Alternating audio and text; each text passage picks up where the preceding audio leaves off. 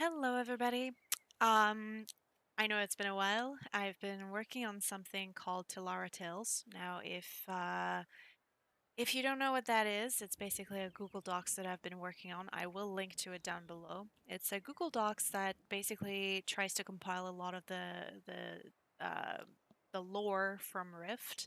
Um, so yeah, it's basically I've called it actually Telara Tales, a giant Rift lore companion, because right at this point it's about 122 pages. So yeah, it's pretty hefty. I've been working on it for a couple months now, just working on it like whenever I have a little bit of free time. Um, like I've said before, I am not really playing Rift anymore, but I still harbor very deep feelings for that game. Just because it was a very well made game. I won't get into specifics anymore, but it was a very well created game, well crafted. But I feel at this point, I don't really support how they've been handling a lot of stuff lately. So in any case, I still support the game in its previous life, and that's why I decided to compile this information just to show how much I care for the game, even though I don't play it much anymore. I logged in recently, like right now I'm logged in, but just for the purpose of this beautiful background. Um, but I did log in recently and I'm ungilded now because somebody who inherited the guildmaster from me, because I wasn't there for so long, somebody who inherited the guildmaster title basically kicked out everybody from the game. So that's where I am today, and yay, it's great. But so today I thought I would do something vastly different from Let's Plays. I'm going to besides the Google Docs, I also started a website that's basically taking stuff from the Google Docs, but in more of a, you know, small bite sizes. So it's not just a huge long ass document. It's, blog posts basically where I can separate all of the elements, all of the little bits and pieces of the story into smaller pieces. So here we go. I am going to get right into it, and forgive me if it gets long, but that's the nature of Rift's lore. It's pretty complex. As much as you would think that there isn't much lore in Rift, there really is. So bear with me. We're going to start from the beginning, millennia ago actually, when the gods created Telara. In the beginning, the gods of the Vigil modeled Telara from Source Stone. Here we have some Source Stone right here. Into a world of exceptional wealth placed at the junction of the planes, allowing the equilibrium of elemental forces to sprout life and magic upon the world. Source Stone is presented as something akin to pure magic, only Source Stone shapes the shapeless, materializes the immaterial, and expresses elemental energy as tangible places and things. Source Stone is power incarnate, and for better or for worse, Telara is a veritable gold mine of this stuff. Now, this worked out fine for the races of Telara, many of which used the native Source Stone to establish magic or magical technology and live pleasant lives. The Vigil are a group of five gods who created the world of Telara out of Source Stone, at the junction of the planes, so as to create a prosperous world. They participated in the Bloodstorm Wars by fighting alongside Talara's inhabitants to defeat the Bloodstorm. Afterward, they helped create the war to defend Talara from the plains by keeping the Bloodstorm at bay. Now, here we have the Bloodstorm.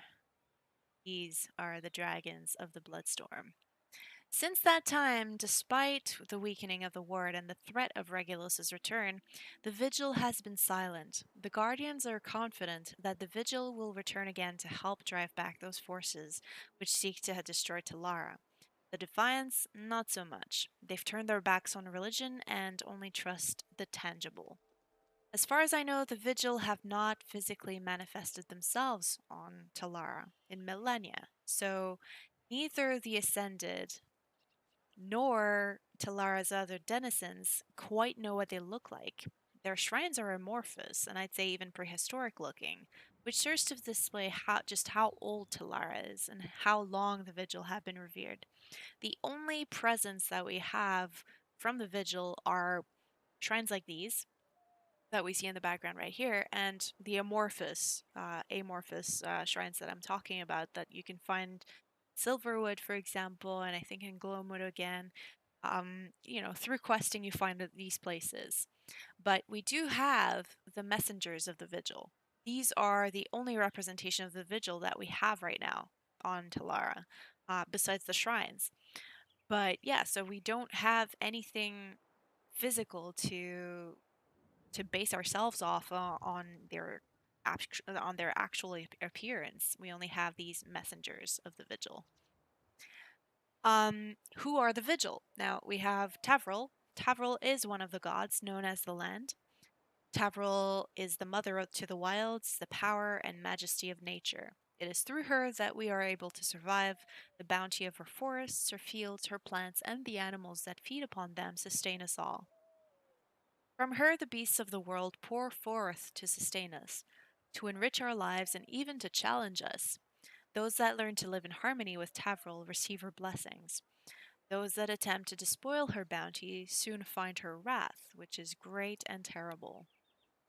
Before the vigil, she was the patron of the High Elves with whom she shared a special bond, as she had brought them to life. She was their protector, and they were hers. It was this relationship with the gods that all the guardians now enjoy.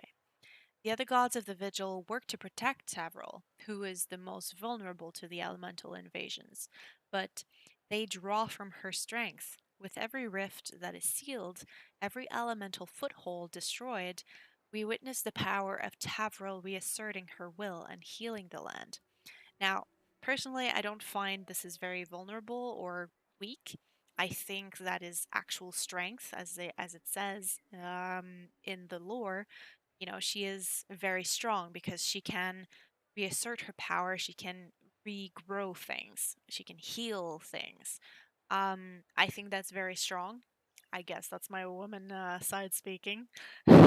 um, but I do think that she is probably not as vulnerable as they think. Next, we have Baralt, the god of crafting. Baralt is can be represented as a city. He wishes us to labor and learn, to become skilled at a craft, and then teach our knowledge to our neighbors. The more trades you learn, the more pleased he is by your efforts. Baralt was the creator and patron of the dwarven race before the gods joined together as the Vigil, but even in the ages gone, he was worshipped by Mythosians. Eth, even those elves who left the Cabals to live in the city, paid homage to him. Now, as part of the vigil, he asks us all to work hard and improve ourselves. Learn a skill, make something with your hands, and then share it with the rest of the guardians. Thedior is known as the Sword. The god of the swords values courage and an adventurous spirit. If you bring him victory honorably gained, he will bring you glory in this world and the next. If you flee from a challenge or fight dishonorably, then you will anger him, and woe to the mortal that earns great Thedior's anger. Before the vigil, Thedior was the creator and patron of the Mythosian people, who taught them courage and the arts of war. Now, he oversees all those that march to combat the threats to our world, the dragons, their elemental invaders, and the heathen defiance. We devotees who are not in the field on a crusade give honor to the sword of the vigil by testing our prowess against each other by sparring, quote unquote PvP. We must keep in excellent fighting shape, for only our skill in war can ensure a peace for holy sanctum. Marielton is known as the Heart. She's the heart of the vigil. She blesses those who love selflessly. She's the goddess of community, the hearth, and compassion. The more you show empathy, the stronger we all become. She wishes you to show compassion when you can, protect your community when you are able to, and improve Telara for others. It's a very good, it's very good to have a like a morality figure in your game because otherwise it can just evolve into chaos. Anyways, Marielton was the matron of lovers, healers, and the arts. As part of the vigil, she reminds us that while we live in violent times, we do not fight only to beget more violence. She wishes us all to take joy in our fellow mortals, revel in community, and take some time to find the beauty and joy that is Telara. We guardians strive to bring about a better world, free from the corruption of the dragons. The heart of the vigil wants you to find your love for this world and to share it joyfully. Thontic is the god of mystery. To know the god of mystery is to discover, to travel, to explore. Sanctum is a beacon of safety, beauty, and wonder. There are so many beautiful things in Telara to be discovered. Thontic gives blessings to those that travel the world. Thontic doesn't care if it is to uncover the evil plots of the dragons, to fight the elemental invaders, to find rare and valuable treasure, or just to find that one mountain with the best view and the best cairn. The world of Talara is a world of wonder and beauty, of dangers and adventure. Explore. Thontic was the patron of merchants, sailors, and explorers. Now, as part of the vigil, Thontic shows us that there is always something more to the world than what we have previously believed.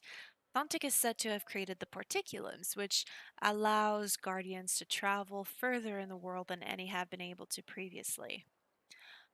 There's a bit of a story that kind of makes a comparison between Thontic and Achilleos, who also is very mysterious, very learn knowledge, um, you know, enrich yourself with knowledge. So I'll read a little bit of that. Well, I'll read the entire thing. It's yeah, like I said, it kind of makes a bridge between Achilleos and Thontic and compares their two very different personalities. On a ship at sea, a sailor plots his course. A merchant dreams of distant shores, and a scholar charts the stars. Each in their way prays to Thontic, god of the sea, of trade and of mystery. When the gods formed Telara from source stone at the dawn of days, it was Thontic who shaped the clouds, filled deep places with water, and sparked the thirst for knowledge in mortal minds. The faceless abyssal say that Thontic merely imitates Achilleos' genius, but this is a filthy lie. Achilleos represents the profane darkness of the crushing deeps, where sanity flees even the design of nature and hideous secrets wait, hidden from the light. Thontic is the deity who guides travelers to safe harbor, who hides teeming life and fantastic revelations beneath the brightening tide. While the abyssal are misers of knowledge, hoarding secrets until their minds burst, Thontic's priests are patrons of wisdom, answering life's great questions and revealing their discoveries for the benefit of all. Of all gods of the vigil, Thontic is the most inscrutable. They say he moves across the land wearing the night as a cloak, his voice just barely softer than the lapping of the waves and the clinking of coins. His ways are not always kind. At his whim, one merchant opens new cities for trade, while another is swallowed by the tide. Yet, exploration is hollow without risk, and clerics say those who die at sea have a place at Thontic's side. The Guardians pray to Thontic when they embark on long journeys, solve crimes, or study the ways of magic and nature. And in Sanctum, most commerce takes place in Thontic Square, where every exchange pleases the god of the seas. Also, keep in mind it's Thontic Square is next to the sea, so that's the reason why it pleases him because it's done next to him, basically. Thontic provides the vigil with his wisdom, his craft, and a necessary ruthlessness that righteous Thedior or gentle Marielton simply could not imagine. Like the trader who must outbid his competitors or the storm that rises without warning, Thontic knows that some events are unavoidable and had best be wisely managed. It is thanks to him that rogues prowl the night to strike at hidden evils, and Kabbalists bring their forbidden rites to bear upon the Guardian's enemies. Without Thontic, the Guardians would truly be the guileless crusaders of defiant propaganda. Guided by his canny insights, they are a subtler and more adaptable force than their enemies imagine. Like their like their god, sorry, their methods are a tightly woven secret for the clever to unravel. This all said, the elves and dwarves are placed on the continent that we know as Mythosia. Later, the Vigil creates a new race, uh, the humans, who will develop their culture across the continents of Brevane and Duskin. The Empyreans, a group of humans, develop a high degree of magitech, which is a mixture of magic and technology, and build artifacts designed to amplify and link the power of the gods and mortals, the divine engines. The Infinity Gate, which would allow mortals to join gods in their dimension, would become the instrument of a cataclysm the likes of which had never been experienced before. But this is something the story of Telara needs to be unraveled in pieces. So I will leave it to this today, and I hope you enjoyed it. Um, like the video if you liked it. Subscribe if you're interested in more of these. And like I said, I mean, I do want to continue doing these videos because I do enjoy the lore and I do enjoy talking about the lore and explaining things. And I mean, this is stuff that maybe it's so well hidden in the internet that I have to do. I mean, for the past few months, I've been doing so much research and hunting on the internet for pages of this, pages on Ungadget, pages on Trion's old website, pages on the Rift Wiki, pages on this or that, and on the forums even like people talking about the lore and then Captain Cursor chiming in. So it's just, it's been a labor of love because I do enjoy the lore and I do enjoy figuring it out because like I said before, Rift's lore is not very much in the forefront. Yes, it is, but at the same time you do have to hunt for information because it's so hidden. So, like I said, I hope you enjoyed it. Like it if you liked it. Subscribe if you want more of these types of videos. And